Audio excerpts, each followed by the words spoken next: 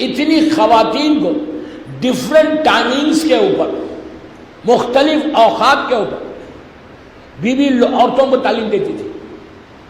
تو پسندیدہ عمل کیا ہوا؟ اسلام کو پروپوگیٹ کرنا. جیسے شہزادی زینب نے اپنی پوری لائف پروپوگیٹ کیا، 4000 عورتوں کو کوفے میں جب امام علی کی ظاہری لائف تھی اس میں انہوں نے پروپوگیٹ کیا، تعلیم دی، پھر مکہ مدینے میں رہی، وہاں پہ دے. کیوں؟ یہ سب سے بڑا کام ہے، اسلام کا پروٹیکشن، اسلام کا پروپوگیشن. یہ سیرت زہرا. ہم کیا کر رہے ہیں؟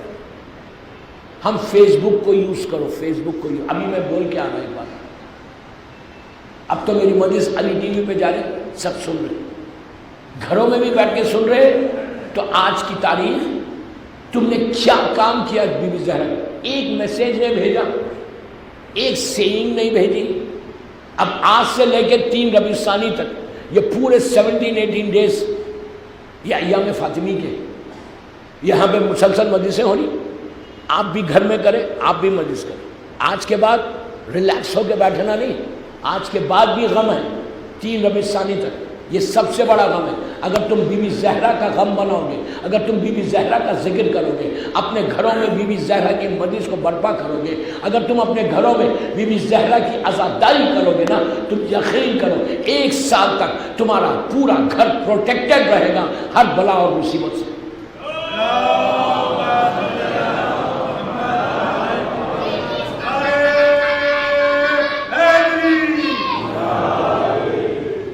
کوشش کرو،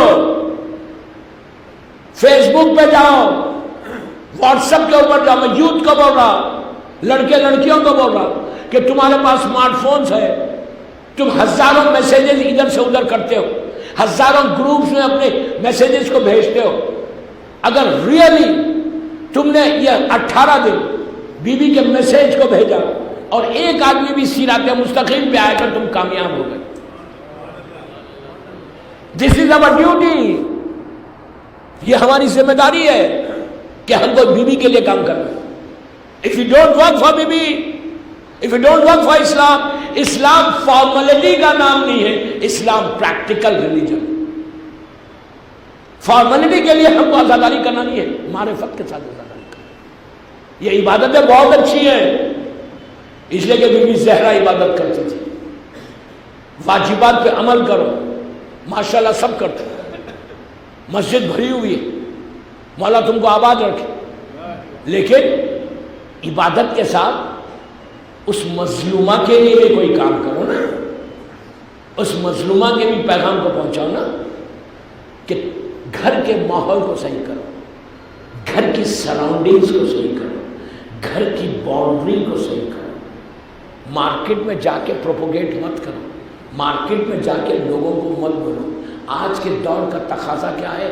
آج کے دور کا ڈیمانڈ کیا ہے؟ ڈیمانڈ کیا ہے کہ ہر عورت، ہر مرد جتنے یہاں بیٹھے ہوئے اور جو مجھے اس وقت سن رہا، میں ان سے ریکویسٹ کر رہا کہ اگر سیرت زہرا پہ چلنا ہے تو اپنے گھر کی باؤنڈری کو مضبوط کر کے اپنے گھر میں جو تمہارے بچے ہیں ان کو بتاؤ، ان کو اسلام بتاؤ. اگر آج تم نے بچوں کو تعلیم دے دی، اگر آج تم نے بچوں کو بی بی زہرا کی تعلیمات کی تعلیم دی تو تم یقین کرو تم رہو یا نہ رہو، جب تک اولاد عمل کرتے رہے گی تمہارا اکاؤنٹ کھلا رہے گا.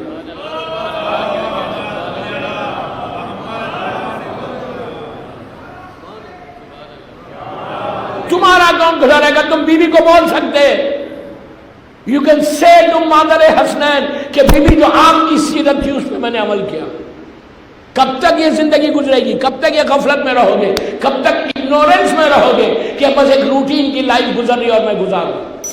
جو تمہارے بامبے کے ایشوز ہیں، جو پوری دنیا کے ایشوز ہیں، میں تو دیکھتا ہوں پوری دنیا میں ہر جگہ بولتا ہوں can less we change over life. ایسا نہیں چلتا. کوشش یہ کرو کہ سیرت زہرا پہ ہم چلیں. کسی جوان نے مجھے اپنا واقعہ سنایا، واقعہ سیدہ سے منسوب ہے. اپنے دلوں کو تیار کریے اس واقعے کو سن کے کہ جب تو اس کی عزت کرتا ہے، یہ عزت وہی کر سکتا ہے جس کے وجود میں کنٹرول ہو۔ مولا کے ہاتھ جب باندھے گئے تھے، ابو ذر نے دفاع میں تلوار نکالی، تبھی ابو ذر کو مدینے سے نکال دیا گیا تھا۔ زبیر جو جنگ جمل میں مقابل علی میں تھا، لیکن دفاع علی میں زبیر نے تلوار اٹھائی۔ زبیر کئی دن زندہ میں رہا تھا۔ جو ایمان کی اعلیٰ ترین منزل پر تھا سلمان، اس نے تلوار نہیں اٹھائی تھی۔ ابو ذر نے غصہ کیا، سلمان ڈر گیا۔ 24 گھنٹے علی کے قصیدے پڑھنے والے، آج علی کے ہاتھوں میں رسی آئے تو ڈر گیا ہے۔ آج کہا جاتا ہے نا بڑے بڑے علماء کو، یہ ڈر گئے ہیں کہ سلمان تو ڈر گیا ہے، تجھے علی سے محبت نہیں ہے، کوئی جذبہ ہی نہیں ہے۔ سلمان نے کہا میری کا ابو ذر یہ بتا، تو زیادہ بہادر ہے یا علی زیادہ بہادر ہے؟ یہ کوئی علماء کو سکھائے کہ آپ لوگ ڈر گئے ہو، جن کے پاس فوجیں بھی ہوں، جن کے پاس حکومتیں بھی ہوں، کیا وہ ہو سکتا ہے وہ ڈریں؟ کہ تو زیادہ بہادر ہے علی کا علی زیادہ بہادر ہے۔ کہا کہ ابو ذر تو تھوڑا علی سے آگے چل رہا ہے، امام کی اطاعت یہ ہے کہ مولا کے پیچھے چلا جائے۔ میری نگاہیں علی کے ہاتھوں پر ہیں، اگر علی تلوار اٹھائیں گے تو سلمان تلوار اٹھائے گا۔ یہ کنٹرول جس انسان کے وجود میں ہو کہ امام سے پہلے آگے نہ بڑھ جائے، جذباتی نہ بن جائے۔ یہ جوان کہتا ہے کہ مولانا میرا واقعہ لوگوں کو بتائیے۔ کہتا ہے میں بہت بدکار تھا، کوئی ایسا گناہ نہیں جو میں نے نہیں کیا۔ کہتا ہے مولوی صاحب میرے چھوٹے سے چھوٹا گناہ یہ تھا کہ میں اپنی ماں کو مارتا تھا،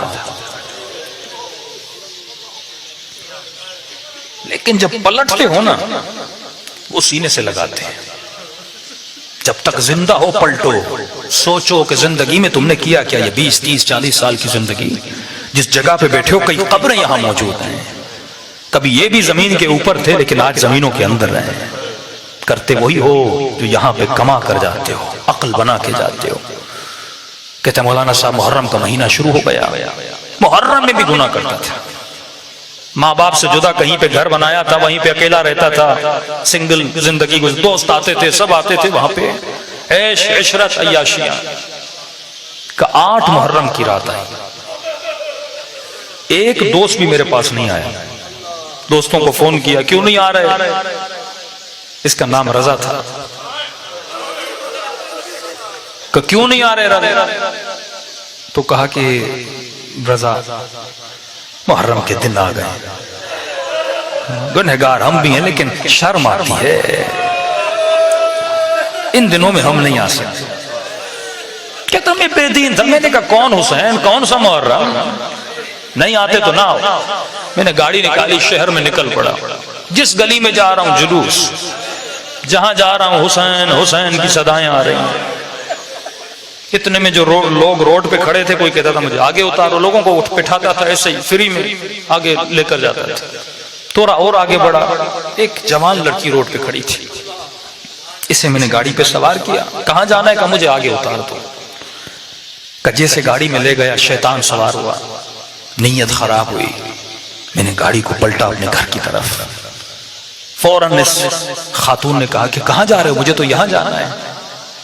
کہ آپ کو اپنے گھر لے جا رہا ہوں۔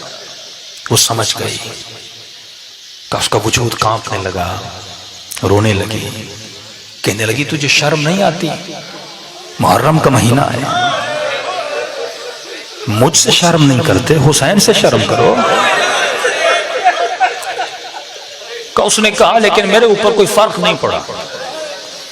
میں نے کہا میرا کیا جائے؟ کہ اس نے دیکھا میں بالکل باز آنے والا نہیں ہوں، پورا وجود اس کا کانپ رہا تھا۔ اس نے کہا چلو حسین سے شرم نہیں کرتے، سیدہ فاطمہ سے شرم کر لو۔ میں نے کہا کیوں؟ اگر حسین سے شرم کرنی ہوتی حسین سے کرتا، سیدہ سے کیوں شرم کروں؟ کہا کیونکہ میں سید زادی ہوں، اسی بی بی کی بیٹی ہوں۔ اگر تو آج میری بات کو مان لے، میں دعا کروں گی اماں زہرا تجھے اجر دیں گی۔ کہتے جب بی بی کا نام لیا، کہا میں سید زادی ہوں، میرا وجود کانپ گیا۔ میں نے کہا بتاؤ کہاں جانا ہے؟ میں نے کہا امام بارگاہ جا رہی ہوں، مجھے اتار دو۔ کہ میں نے اس کو امام بارگاہ کے دروازے پہ اتارا۔ اترنے کے بعد کہا اماں زہرا تجھے اجر دے گی۔ کہ پتہ نہیں اس کے جملے ایسے تھے، اس کی دعا میں عجیب سا اثر تھا۔ اسی محلے سے تھوڑا دور میرا گھر تھا، میں اپنے گھر چلا گیا۔ گھر جیسے گیا، ماں باپ کے گھر گیا، ماں باپ گھر میں نہیں تھے، شاید مجلس پہ گئے ہوئے تھے۔ گھر کے لون میں بیٹھا، ٹی وی سامنے تھا، میں نے ٹی وی کھولا، اور جب ٹی وی کھولا تو کیا دیکھا؟ ٹی وی پر بین الحرمین کو دکھایا جا رہا تھا، آقا حسین کا روزہ، حضرت عباس کا روزہ۔ اتنے دنوں کے بعد میں نے یہ منظر دیکھا، اور جیسے دیکھا تو نہ چاہتے ہوئے آنکھوں سے آنسو بہ رہے تھے۔ ایسے لگ رہا تھا میرے دل میں عجیب سا انقلاب آ گیا ہے۔ پھر میں نے ٹی وی کے چینل کو چینج کیا، ایک مرتبہ میں نے ٹوٹی ہوئی قبر جنت البقیع میں دیکھی، اور اس کے اوپر کوئی ذاکر مسائل پڑھ رہا تھا اور بتا رہا تھا کہ مسلمانوں نے نبی کی بیٹیوں کی پسلیاں توڑ دیں۔